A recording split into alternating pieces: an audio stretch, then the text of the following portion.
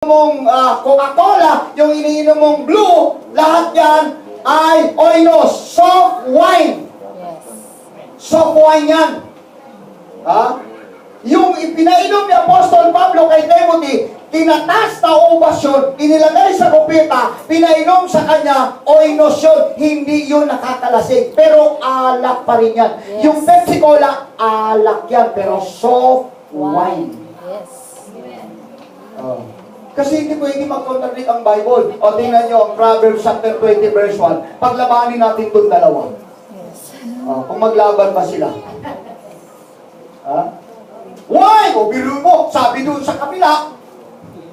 Pwede uminom ng konting alak. Pero sabi rito sa kabila, wine is a makin, strong drink is raging. Yun, tingnan nyo. Strong drink. Yung sa kabila, hindi yun strong drink. Oinos lang yun. Ito, si Kera. Yes. Fermented, 5 years old, 3 years old, 15 years old. Subukan mo mga kapatid ko. Yung ubas, mag-eksperimento ka. Katasin mo yung ubas, tapos patagalin mo ng 1 taon. After 1 year, inumin mo, malasing ka. 1 balde, inumin mo. Malasing ka. Totoo yun. O, huwag na natin patagalin ng 1 taon. 1 araw lang. Magbiga ka ng 1 baldeng ubas, tingnan ko lang kung hindi ka malasing, inumin mo.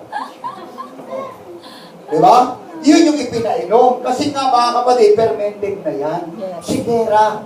Yun yung sikera drink. Yung bumabasa kasi mga kapatid unawa. Ano pag sabi? Pastor, hindi naman kasalanan uminom talaga. Bakit? Ang Diyos gumawa nga ng buko eh. Buko. Ha? Niyog. Buko, niyog.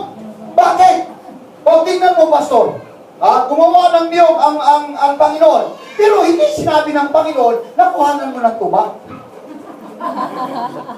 Niyog lang, yung buko lang kainin mo. Pero yung tuba, kasi nakakalasing yun. O ano ang pinagmumulan ng patayan, ano ang pinagmumulan ng disgrasya, ano ang pinagmumulan ng diskala ng mga motor. Yes, dahil sa paglalasing, dahil sa nakainom, konti lang naman yung nainom ko eh. Laging kinakatwiran, nung muntik lang mamatay, konti lang yung ininom ko eh. Bakit na-diskaril ka?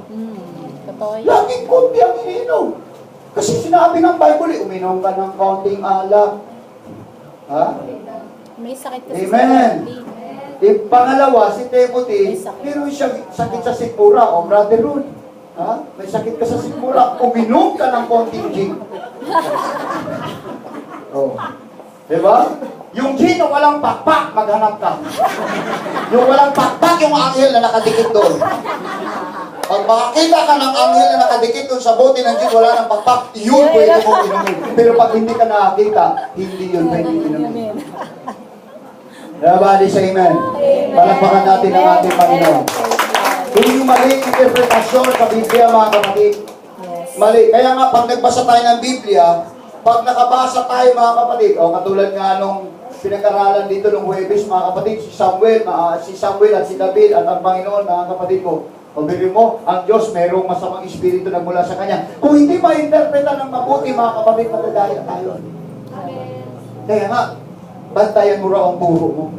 Everybody say amen. Pag may nabasa ka na medyo umiikot-ikot yung utak mo, text mo ako, Pastor, ano bang paliwanag dito? Huwag mong i-apply mo kaagad, baka mamaya mali. Yes. Ito, mayroon nangyari ganun. Ginaya si Abraham. Sabi ng Panginoon, Abraham, yung anak mo, pararamihin ko. Kasing dami ng buhanginan sa karagatan. Kinabukasan, Abraham, patayin mo anak mo, ialay mo sa akin. Diba? Ang hirap nun. Ang hirap nun, diba? Then, sumunod naman si Abraham. Basunurin si Abraham eh. Yes. Dinala yung anak niya, mga kapatid. Dinala. Ayun. Meron palang successor, mga kapatid ko, yung anak ni Abraham. Si Isa. Ano yun? Yung kambing. May kambing pala nasabi doon. Yun yung pinatay. Hindi yung anak niya. Sinubok lang pala ng palataya. May gumaya. Dinala yung anak niya sa dagat kasi meron doon ang usap sa kanya. Patayin mo ang anak mo sa gitna ng dagat. Hindi sa bundok, sa dagat. Dinala sa dagat, sinaksak. Patay. Nabuhay ba? Patay. Mali interpretasyon.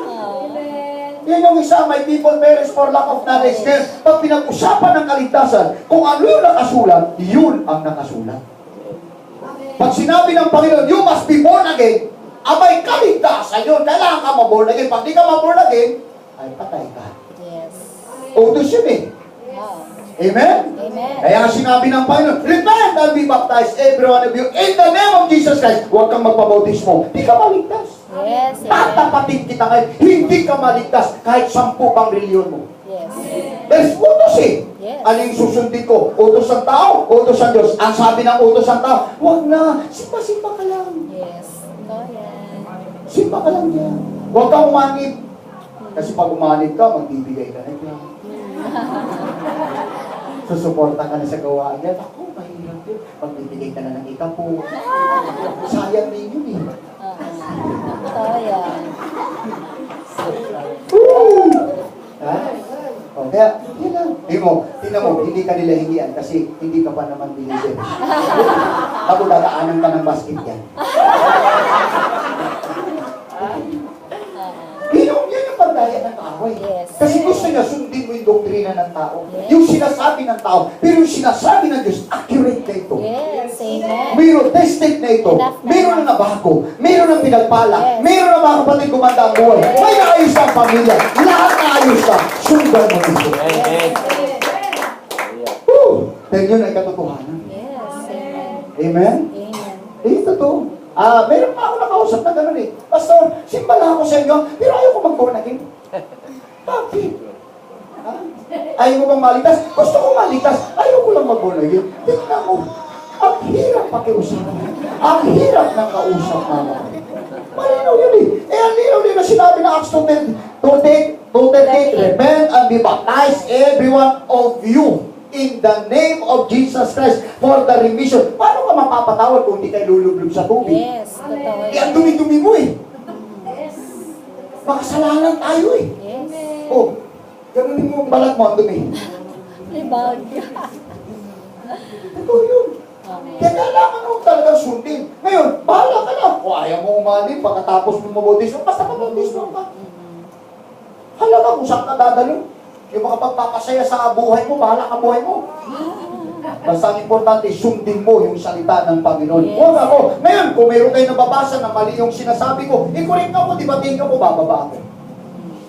Oo, mahirap yun eh. Ako lang nagbabasa palagi nito. Nagbabasa nyo, magbasa rin kayo sa bahay nyo. Baka mamaya, mali na pala yung mga sinasabi ko. Yes. Amen. Yun yung contest ko sa inyo. Basa-basa din. Rabali sa amen. Ha? Yun yun. Kaya nga may Bible tayo eh. Yes. Oh, yung iba, walang dala-dalang Bible. Kaya wala, pagdating ng ano, kaya nga po, opo. Sino si Kristo? Tao! Ano si Kristo? Tao! Ano ang tao? Si Kristo! Yan lang. Ayan yung pinapaniwala sa'yo. Tao lang. Yes. Oh. Kaya nakabasa dito, sa 8:40 ng Juan, bakit niyo ako pinagsisikapang patayin? Ako sa inyong taong nagsasay. O yan, tao talaga, tao. Yan, doon lang naniwala. Eh, paano yung sinabi ng kabila? Oh, Diyos din siya. First John 5:20. Ito yung totoong Diyos. Naku, Diyos din siya. Paano yun? Saan ka susunod? Sa tao o sa Diyos? Sumunod ka. Lahat sundin mo. Yes. Tao siya? Bakit? Sinong nanganak sa kanya? Si Maria. Sinong bumunti sa kanya? Si Pedro? Hindi. Si Joseph? Hindi! Ang banal na Espiritu Santo. Kaya nga, tao siya, Diyos siya. Sabay mo, paniwalaan yun. Yes. Amen. Hindi yung isa, bias ka naman sa salitaan ng Diyos. Diba? Daming bias eh. Tao lang talaga. Meron bang taong lumalakad sa ibabaw ng tubig? Meron bang tao lang na nagpakain ng 5,000 katao sa 3 tinapay kasama asawa, kasama anak? Meron bang tao, mga kapatid ko? Hoy, hangin, tumigil ka. Meron bang tao bundok na lumipat niya? Meron bang tao na kailangan? Yes. Diyos siya! Amen. Amen. Amen. Walang tao na gano'n. Meron, pastor. Si David Blaine. Oh, sige, contest natin si David Blaine. Hindi niya kaya mamatay mo. Nagpakain ba siya ng 3 isda, 3 tinapay sa 5,000 katao? Ay, hindi niya kaya yun. Hindi niya kaya. Pwede siyang lumakad sa tubig. Lalo pang may salamin yung tubig. Pwede. Okay, sabihin na natin mga kapatid ko, nag-aaway niya, black magic yun. Kasi meron din siyang Diyos eh. Yes. Iba naman ang Diyos ka eh. Hindi naman si Jesus Christ eh. Yes. Ha? Yung kaibigan ni Jesus Christ. Yes. Si Satanas. Oh, magkaibigan sila. Ah. Ha? Kaya pag may gusto kang subukin, tawagin lang niya si Satanas. Nas! Nas. Halika, Nas! Nas! Kaya subukin mo yung anak ko na yan, oh. Pero tingnan mo, hindi yan. Hindi mo madadala yan. Yes. Yes. Amen. Totoo yan. Si Job, ganun eh. Hindi niya nadala eh. Oh, magkaibigan niya sila. Ha? Amen? Amen. Kaya lang yung isa, mga kapatid ko, balintuna yung aral na natutunan. Itong isa, ito yung tama. Yes. Kaya bali sa amen. Amen. Eh doon ka sumunod sa tama. Huwag kang sumunod sa mali, mga kapatid. Amen? Yes, amen. Kaya ngayon dapat, huwag ka lang makinig, mga kapatid ko, sa mga sinasabi ng tao, yung salita ng Diyos. Kahit sa akin, huwag kang makinig. Ito, pakinggan. Yes. Amen. Dito. Pagka may nabasa ka, naalala mo na nangaral akong mali, ikunin mo ako. Papayag ako. Magpadihi ako sa sarili ko pagka nagkamali ako. Hindi totoo. Kasi mahirap yan. Daming tao, sunod lang ng sunod, mga kapatid. Taas ang payong! Ayan, sunod. Daming sumunod. Balik ka ng payong! So, sumunod din. Batal ng itlog! Wow. Ang lalaki ng itlog dinala. Kaya sawa-sawa, mga kapatid, yung puno sa itlog eh. Yes, ba yun eh? Oh, ito na po, pastor, ang itlog mo. Oh, isang milyon, mga kapatid ko, milyon. Isa-isang itlog. Isang milyon! Tako! Lakas ang dito sila ni Chiplan! Woo! Oh, kaya may factory ng Licheplan. Totoo yun. Yes. Dili mo, doon mapapatayin yung blessing. Dito. Amen. Dito mga kapatid ang magbatayan. Yes. Amen? Kaya hindi tayo nagpapadala ng itlog. Ha? Hindi tayo nagpapabaliktad ng payong. Ako, kahit saan ka nang makakita, mayroon bang payong binabaliktad? Payong pa ganun. Kaya bali sa amen. Tanong ng 5! Sa, 2, 3, 4, 5. Yan, tatangkad ka na. Eh, dami pa rin panggap. Tatalunin ka pa naman 5. Saan sa Bible, tatalon ka ng 5? Ha? Amen. So, yan. Tumalon ka para sa Panginoon. Hindi Yes. tumalon ka para tumangkad. Yes. Ano ba namang aral? Gabali sa amen?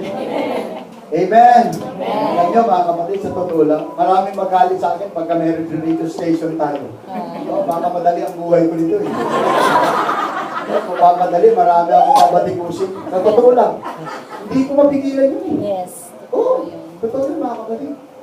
Hallelujah. Kaya, hadlangan ng demonyo mga kapatid. Alam ko mga kapatid, pag pinagpala tayo ng Diyos, talaga meron na radio station ako. Aywan ko lang mga kapatid. Mga wasak tayo siguro yung microphone sa station. Hello. Amen. Hindi, totoo mga kapatid. Kasi ngayon mga kapatid ko, napakahina ng aral talaga ngayon. Hindi lumalalim mga kapatid. Yes. Isipin mo na lang sa dugo na lang mga kapatid ko. Napakasimpleng aral na sinasabi ng Panginoon, hindi pa masunod-sunod. Isa pa rin ang gisa, mga kapatid ko. Ano, ang sarap kong magluto ng dinuguan eh. Kaya nga yung restaurant na pinagtrabaho ko, nagsarap. Oo, sarap kaluto ko ng dinuguan eh. Nagsarap. Hallelujah. Hindi lumago, nagsarap. Oo. Hallelujah. Yung totoo mga kapatid. Kaya nga, mag-stick tayo sa salita natin. Amen. Magbasa tayo, paniwalaan natin ito. Malinaw talaga mga kapatid. Napakalinaw ng salita ng Panginoon. Ang dami mga kapatid. Hallelujah. Ngayon, uso-uso ngayon mga kapatid. Pagka mayroong tao na babantog, sinasamba na. Diba? Pinapagawa ng ribulto. Ginagawang santo. O pag-aralan mo ang Biblia, kailan naging santo si Peter? Yes. Totoo yan. Unang santo daw ng Roma. Ang tanong, si Peter, basahin mo church history sa Apostol Pedro, pumunta ba ng Roma? Yes. Hindi naman nakarating ng Roma si Apostol Pedro, yung Yes. pagkakamali talaga ng mga tao. Yes. Si Apostol Pedro, mga kapatid ko, nasa Israel lang ikot-ikot. Ha? Ang pumunta sa Roma, doon pinatay si Apostol Pablo. Dapat si Apostol Pablo tayuan, mga kapatid ko, ng ribulto. Bakit si Peter? So, unang-unang papa raw sa Roma, si Apostol Pedro. Kailan nakarating si Peter sa Roma? Yes. Totoo yan. Amen? Amen. Oh, yun yung katotohanan, mga kapatid. Wala namang nakarating na Apostol Pedro sa Roma, para gawing santo, mga kapatid. Yes. Oh, tapos sasambahin na. Galit nga si Peter eh. Alam niyo ba kung bakit, paano namatay si Peter? Nagpapako siya sa krus. Pero hindi niya ginaya ang Panginoon. Pabaliktad. Babalik ka. Ang ulo niya, mga kapatid, kung nasa lupa. Kasi hindi niya pwedeng gayahin ng Panginoon. Si Lord lang talaga Yes. ang kayang gumaya, mga kapatid ko, na magpapako. na namatay, nilibing at nabuhay na maguli. Dami ngayon, gaya-gaya eh. Uso-uso ngayon eh. Kaya nga. Amen? Uso. May